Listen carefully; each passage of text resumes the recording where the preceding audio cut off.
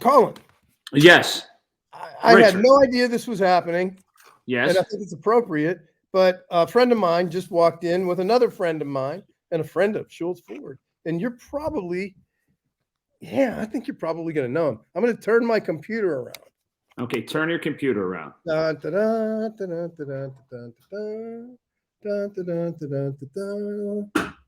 he is. Wow. Look at you cutting deals, Richard. Do you know who that is? Tell me. You tell me. I want you to introduce him. Come on, man. That's Nelly. I know who it is. It's Nelly Cummings. Yes, it is. Absolutely. This is spectacular. Ask Nelly Cummings. Right when he transferred to Pitt, he put all these tweets out. There was a story. And I said, I think Nelly Cummings is an unbelievably great story. We finally get to root for a local hometown kid.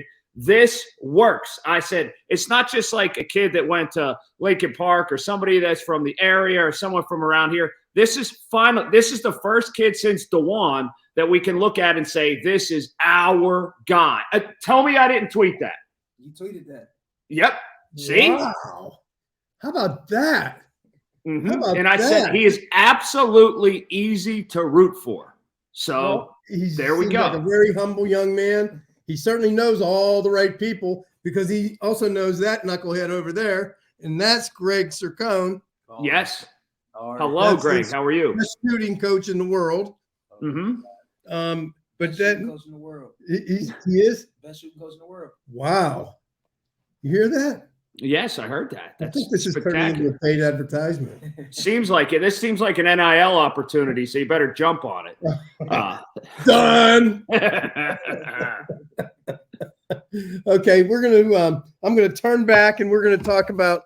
Do you watch football, Nelly? I do. A little bit. Do you? A little bit. Yeah. What do you think of our Steelers? Don't say. Man, I got the biggest question of the week, Richard. Yeah. I know what the biggest question is. What is it? What if Kenny Pickett can't go this week? Mason Rudolph. No. Everybody, I agree with you. I would play Mason Rudolph.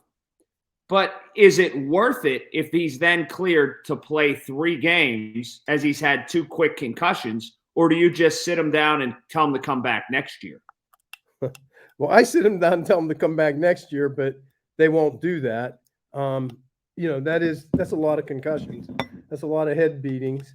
And it depends. I think you're here to win. And if you get cleared medically, why not bring him back? There are a lot of people. I'm glad you said that. There are a lot of people that want to make this a nuanced conversation or one that's deep and has layers. I don't know how you feel on the whole concussion stuff or the protocols, whatever. My conversation on all this stuff is always simple. If the doctor says you can go, then if you want to play, you can play. And that's like it. There's no more to it. I agree. But then take that conversation to TJ Watt. Mm-hmm. Okay. The doctor says he can play. Right. I'm just wondering if he really is 100%.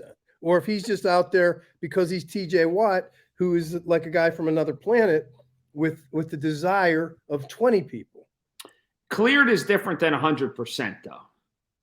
Good point.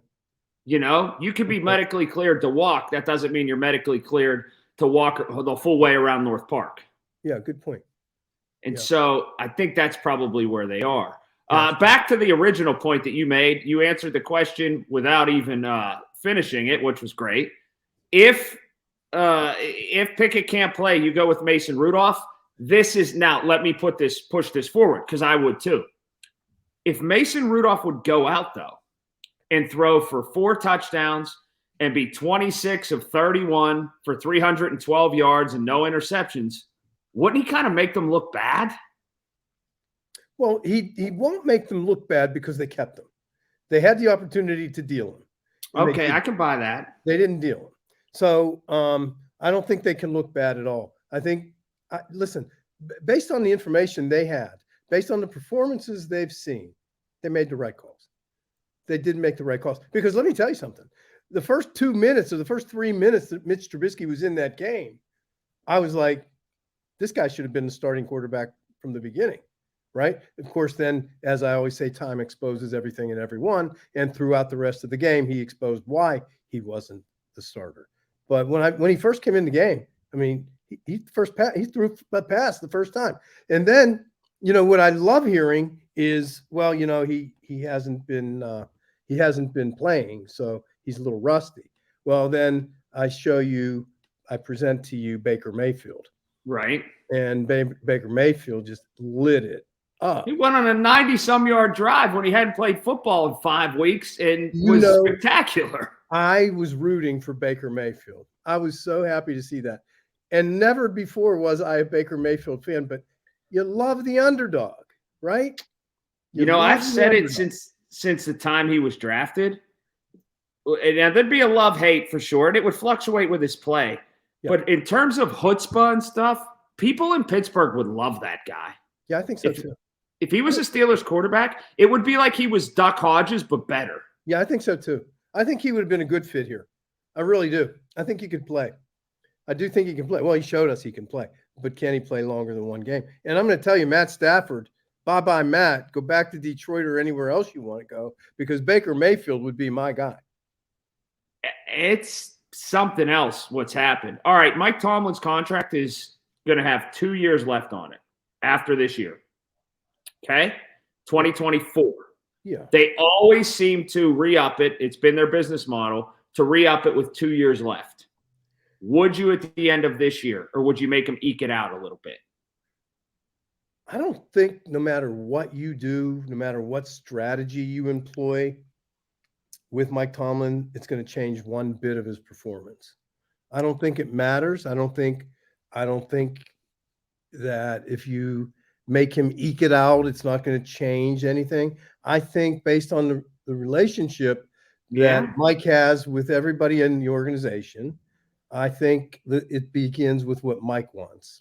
Do you know why you suck for sports talk radio? Because you're reasonable. You're supposed to pick one side or the other and fight to the death, even if you don't believe it. Wait. You just called Richard Bazzy reasonable. But no, I mean, I don't understand in all sports contracts, though, Tomlin's included, why people aren't made to work until the end. Too many times they're re-upped with too much time left. I understand people want continuity, and I understand people want to see that they'll be there for years to come. But why not sing for your supper a little bit? Well, and I don't mind that, but I don't think Mike Tomlin's performance is going to be altered, not one bit. I think that he's all in no matter what, no matter how much he makes. But again, I believe if I'm Omar, that negotiation starts the conversation. It's, Mike, where do you want to be 5 years from now? Where do you want to be 2 years from now? Mike might say, you know what? I think it's time for me to step down as a head coach in 2 years. From the 2-year point, I think a broadcast career for me is in the horizon. And then you go ahead as the ownership and the general manager, you structure around that. But I think the conversation with Mike Tomlin is first, not a decision. You talk to him, see where his head is. And I think that, it's not like you're dealing with a new guy where you say, okay, here it is, take it or leave it. I mean, this is a 16-year relationship that, you really, and by then it'll be an 18-year relationship. He's 50. Is he going to be the coach when he's 55? If it's up to him, yes. It's always going to be up to him. Pittsburgh Steelers will never release. Okay. Is he going to be the coach when he's 60? If he wants to be. Again, reason. I don't like it. I like hardcore answers. Yes or no? No, honestly, if he wants to be. Here's the thing. He's got so many world of opportunities. I mean, when that man talks, he in football speak, he's brilliant. He's brilliant. He really is. The X's and the O's, he can talk. You put that man on TV and he can do it. Not everybody can do it. The Manning brothers, they're cute, but they can't do it. Oh, I said this. The only person whose contract on TV, initial contract without doing a day of television, I know what you're going to say, is going to rival his is Tom Brady's. Oh, okay. Tom Brady's the only one that's going to make the same amount of money with doing no television that Mike Tomlin's a dream. They'll give him sight unseen the highest amount of money that they've ever given anybody. Yeah, I agree. So really it depends on Mike Tomlin. What does Mike want? If Mike wants to be the Pittsburgh Steelers head coach until he's 60, he will be. And I just don't think he wants to be. I don't think it would be wise. I don't think he wants to be like a lifer like that. I would think he wants to have a career, or wants to have a life after football. But here's the thing. It's always great if you're in the leadership role. If you're going to pass the baton, that you have somebody to pass the baton to. And then you can watch them grow and flourish and succeed. And that is a nice transition. I don't think we have that guy. I think it's by design. I don't think he likes people challenging his authority. I don't think that's true at all. Well, that's true at all. No, I don't think that's true. There's not been one assistant that's been an up and comer here. Brian Flores is a head coach. He's also toxic, and no one else would hire him, considering the circumstances. I'm serious. There was no other organization that would hire him. But look, he got a head coach availability. He's got the ability to be a head coach. Mike Tomlin put him right in. He had the autonomy to do it, and he did it. I mean, honestly, I love these conversations. I just don't think there was another organization with what had happened, right, wrong, and that was going to hire him. But Colin, it doesn't matter what the other organizations would do. Mike doesn't have a crystal ball. He doesn't know who would or who wouldn't. He didn't base his hiring decision on the fact that Brian Flores was destitute, because he just didn't do that. He has a guy, he took Brian Flores, who the players really like playing for him, right? Certainly. That's what they say. I don't know, but that's what they say. So he took a guy like that, accomplished, high controversy guy, and gave him a position here. And if he were threatened by other people, I'm not sure he would have done that, but he's not. Mike Tomlin is, I'm going to make you a Mike Tomlin lover before it's over. Oh, I used to be. And then they've won 3 playoff games in 12 years. Yeah. See, you get on that road of reality that you accuse me of. It is. It's all about, he is the best family man that I've encountered. He's a great father, a great husband. He supports everything that his wife's business ventures and everything. He champions it. He's so great in the community. It's unbelievable. I base it on-field product. They're not going to have a playoff win in 6 years. They're going to have 5 years. In this 5-year span, they're going to have 1 double-digit winning season, and they're going to win 3 playoff games in 12 years. That's just mediocre by any stretch. I mean, it's hard to argue that. I mean, it really is. No matter what the emotion is, it's hard to argue that. And isn't Ben Roethlisberger looking pretty good right now? It's, I said this today, Richard, to someone. It's starting to look like the no losing seasons was Ben and not Mike. Well, then it gets back to the Tom Brady, Bill Belichick same conversation. I don't know, Ben. I think it's and, not or. I think it's Ben and Mike. You're probably right. Yeah. I learned that in therapy, by the way. Well, there you go. So, but I just think that what it really shows me, I don't think it was Ben is the problem as much as it was our coordinator. Oh, I agree with you there. I also agree with you. Yes, I thought I've seen enough Matt Canada's offense to know I don't like Matt Canada's offense, and he could just go. And you don't like Matt Canada, and neither do I. I don't know enough about. He's a man of mystery. One thing, though, and I guess I'll leave you with this. One thing that I think is a talking point. This is a big fear. It's much like Tristan Jarry in goal for the Penguins in the playoffs, where we need to find out what it's about. This is a big fear. I thought that this season, no matter win, lose, draw, no matter what the records were, we would have an idea of what the Steelers had in Kenny Pickett. If he's hurt and can't play the balance of the last couple games, a big fear comes to pass, and it's we didn't find out what Kenny Pickett is. But here's a funny thing for me. Watching Kenny Pickett throw the football as a professional looks very different than watching Kenny Pickett throw the football. It's not free and easy. It's just his throws don't even look the same. It just doesn't look the same. His motion doesn't look the same. He just the ball doesn't travel the way. It just very different to me. Can I make a statement that's probably not popular, but I feel it's true? The second throw that Trubisky came in and threw down the sideline, Pickett didn't make a throw like that all year. He didn't. Absolutely true. I'll challenge people to this, and I like Kenny Pickett, but what is his shining on a plateau signature moment this year? The 2-point conversion play? Like, what do you circle and you say that's the highlight reel play? I like Kenny Pickett too. I thought I liked Kenny Pickett. I really did. Where Kenny Pickett always lost me. Remember we had Pat Narduzzi on the show? Do I ever? For sure. So does everyone in Michigan State. That was a great show. He really doubled down, didn't he? Triple. Yeah, he really did. But the thing is, the only thing about Kenny is I told Pat, I didn't like the fact that he sat out the bowl game. I just didn't like it. And I think it could represent a lot of other things that are byproducts of that, but I didn't like that. And so it's hard for me to be all in. I'm not out. Right. But, I have a little trepidation.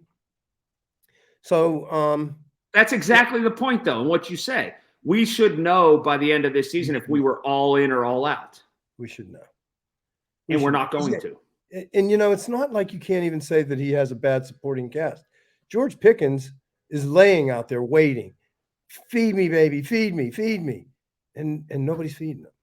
And, if I were a quarterback, I would go to my offensive coordinator and I would say, that's my guy. I don't care how many things you have to draw up. Make them new, make them fresh, do whatever you have to do. But I want that guy as my guy. And they have a top 5 tight end and a top 5 receiver in the AFC. That's fact. Freiermuth. They have a top 5 tight end, a top 5 receiver in the AFC. There was no question about that. Top 5 receiver. George Pickens.